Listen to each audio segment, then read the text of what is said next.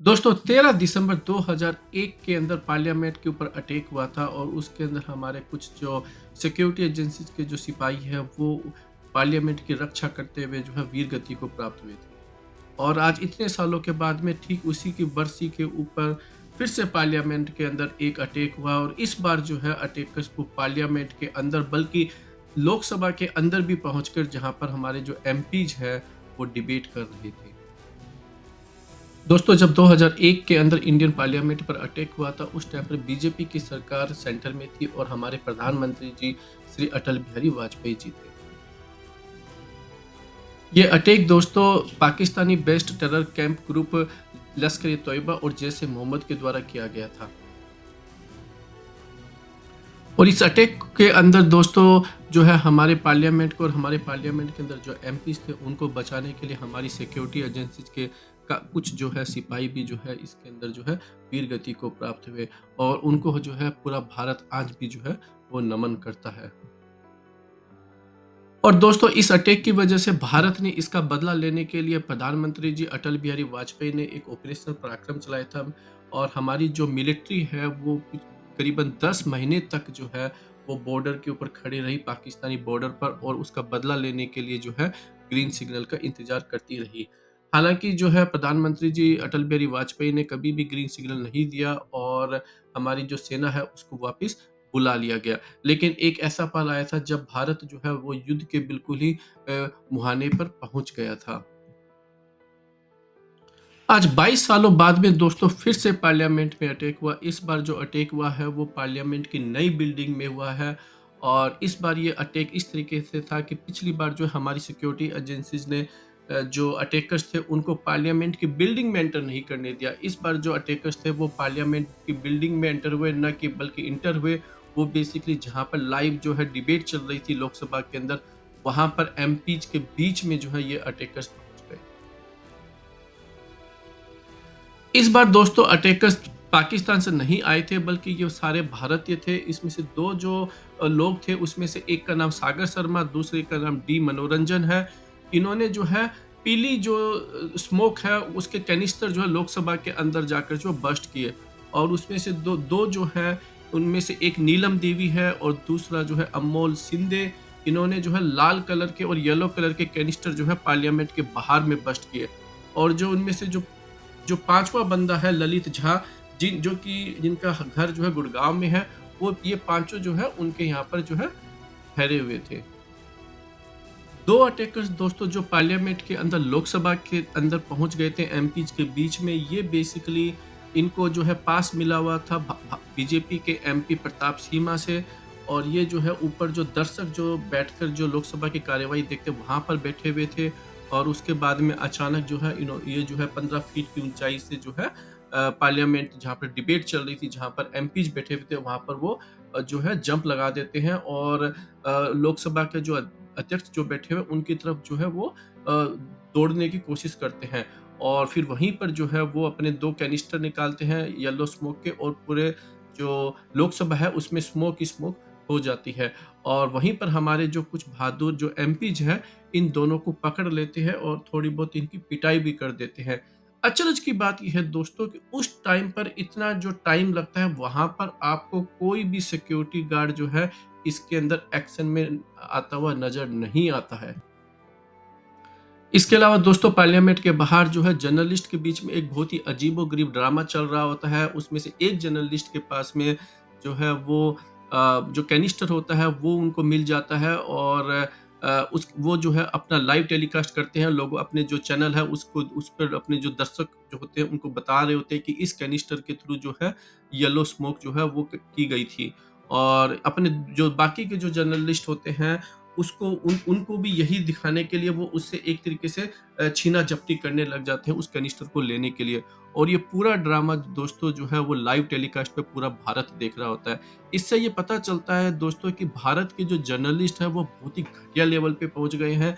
इनको न्यूज से कोई मतलब नहीं है, इनको बस बेसिकली जो है ड्रामा चाहिए और बिल्कुल ही जो है ये बायस्ड रिपोर्टिंग करते हैं। दोस्तों जिन लोगों ने ये हरकत की है वो ये कह रहे हैं कि उन्होंने प्रोटेस्ट किया है। भारत के अंदर एक जबरदस्त अनएम्प्लॉयमेंट है और एक डिक्टेटरशिप का एक माहौल बना हुआ है काफ़ी सारी चीज़ें जो है वो पब्लिक की जो है परवाह नहीं की जा रही है। दोस्तों जो भी हुआ, जो भी रीज़न हो, लेकिन ये टेररिज़्म से कम नहीं है। अगर हम इसको टेररिज़्म से कम मानते हैं, तो हम सब की ये बहुत बड़ी भूल होगी। और अब आते हैं दोस्तों हमारे मेन मुद्दे के ऊपर। देखिए दोस्तों, ये इस इंसिडेंट ने जो है वो बहुत सारे क्वेश्चन अराइज़ किए हैं। आप चाहे किसी भी पार्टी के सपोर्टर हो, लेकिन ये जो इंसिडेंट हुई है, आप सबके जो है आँख कान जो है सब खोल देनी चाहिए, और इसको जो है बहुत ही डिटेल के अंदर आप लोगों को समझना चाहिए और इसके ऊपर रिएक्ट करना चाहिए। सबसे बड़ा क्वेश्चन ये आता है दोस्तों, ये आज के दिन हुआ है जब 13 दिसंबर को 2001 को पार्लियामेंट पर अटैक हुआ था। और आप सभी जानते हैं कि ऐसी बरसी के ऊपर जो इस तरीके की इंसिडेंट जो है रिपीट होने की चांसेस बहुत ज़्यादा होती है। और फिर भी ऐसी इंसिडेंट वो भी पार्लियामेंट के अंदर ही फिर से हो जाती है, और वो भी नई पार्लियामेंट के अंदर। ये जो है सिक्योरिटी एजेंसीज के ऊपर बहुत सारे क्वेश्चन रेज करती है। सबसे पहला क्वेश्चन तो ये आता है दोस्तों कि जो कैनिस्टर है उसको आप जूतों में छुपाकर नहीं लेके जा सकते हैं। तो इतने बड़े जो कैनिस्टर है जो कि न्यूज़ चैनल वाले भी दिखा रहे थे, वो लेकर कैसे पार्लियामेंट के अंदर जो है बिल्डिंग के अंदर एंटर हो गए, और खास करके वो वहां बैठ गए जहां पर जो है आपके एमपीज बैठे हुए थे। ये कैसे पॉसिबल हो सकता है? ये सिक्योरिटी एजेंसीज की बहुत बड़ी कमी है, और आपको ये नहीं भूलना चाहिए। पार्लियामेंट की सिक्योरिटी जो है वो जी जी लेवल की, बेसिकली भारत की सबसे हार्ड सिक्योरिटी मानी जाती है। वहां पर इतना बड़ा ब्रीच कैसे हो सकता है, ये समझ से परे है। दूसरा दोस्तों, जो 2 लोग जो एंटर किए थे, उनको जो पास जो मिले हुए थे वो बीजेपी एमपी के थ्रू मिले हुए थे। अभी तक उनका कोई बयान नहीं आया है, बल्कि उनको जो है इमीडिएटली जो है हिरासत में ले लिया जाना चाहिए था, और उनसे क्वेश्चनिंग होनी चाहिए थी। क्योंकि दोस्तों ये कोई छोटी-मोटी घटना नहीं है। इसके अंदर जितने हमारे देश के जितने भी, चाहे वो जिस पार्टी के भी लीडर हो, उन सब की जान को खतरा था। आप सोचिए 2001 की घटना क्यों थी? क्या अगर इन सबको एक साथ मार दिया जाता तो फिर क्या होता? और फिर दोस्तों अब देखते हैं हमारे जो बड़े लीडर्स हैं, उनकी चुप्पी जो है वो बहुत ही जो है असमंजस्य की बात है दोस्तों। देखिए प्रधानमंत्री मोदी जी, जिसको तो हम सभी जानते हैं कि जब भी भारत के ऊपर कोई भी जो ऐसी कोई बड़ी इंसिडेंट होती है, वो हमेशा जो है चुप होके बैठ जाते हैं, उनका कोई स्टेटमेंट नहीं आता है। मीडिया के क्वेश्चन तो वो कभी भी नहीं लेते हैं। तो देखिए, जब भारत के अंदर अभी कुछ दिनों पहले एक टेरर अटैक हुआ था, तब वो चुप बैठे थे। जब भारत के अंदर जबरदस्त, जब कोविड के अंदर जब डेथ हो रही थी, तो वो जो 3 वीक के लिए जो है वो अमित शाह जी और जो प्राइम मिनिस्टर है वो जो है बिल्कुल चुप हो गए थे। कोई उनका स्टेटमेंट नहीं आ रहा था। जो वो नेशनल टीवी पर आकर भाषण देते थे, वो सारे एक 3 वीक के लिए जो है वो सॉर्ट ऑफ बंद हो गए थे।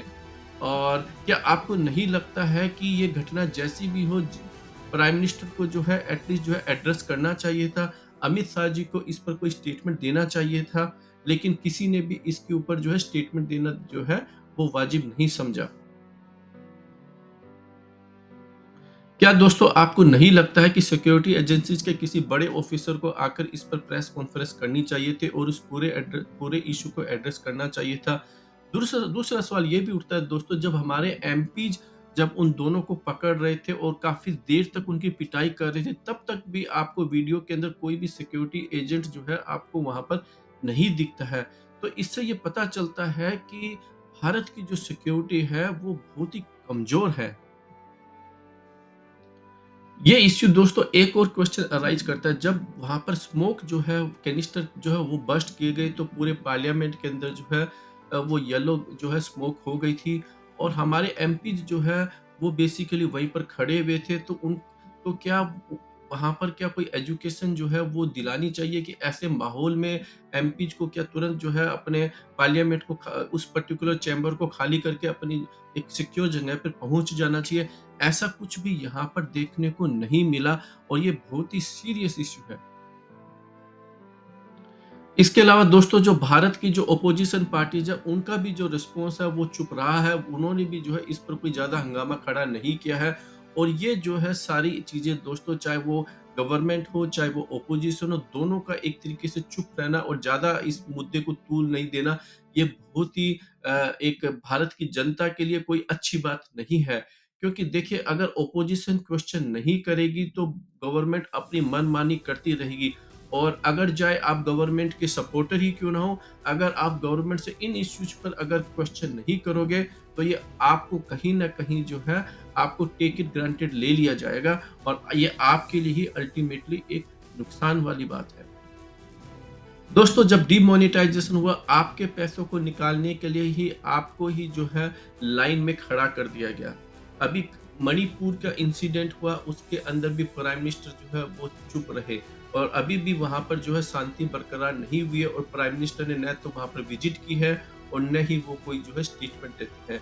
और यही हाल जो है, अभी थोड़े दिनों पहले एक टेररिस्ट अटैक हुआ था, जिसके अंदर हमारे जो है 2-2 जो है बड़े अफ़सर भी मारे गए थे और 2 या 3 हमारे जो है सैनिक भी मारे गए थे। उसके अंदर भी प्रधानमंत्री ने स्टेटमेंट देने की तो छोड़िए, आप उन्होंने ट्वीट ट्वीट तक भी नहीं किया था। और अब जो है ये इंसिडेंट हो गई है, तो इससे पता चलता है दोस्तों कि भारत जो है वो क्योंकि भारत के पॉलिटिशियंस को ये पता चल गया है कि लोग जो है वो एक्चुअली व्यक्ति विशेष की पूजा करते हैं। चाहे वो अपने एक लीडर को जो है एक तरीके से उसके फैन बॉय बन जाते हैं। उसके बाद में वो जो लीडर होता है वो अपने जो सपोर्टर होते हैं उनको बेसिकली टेक इट ग्रांटेड ले लेते हैं।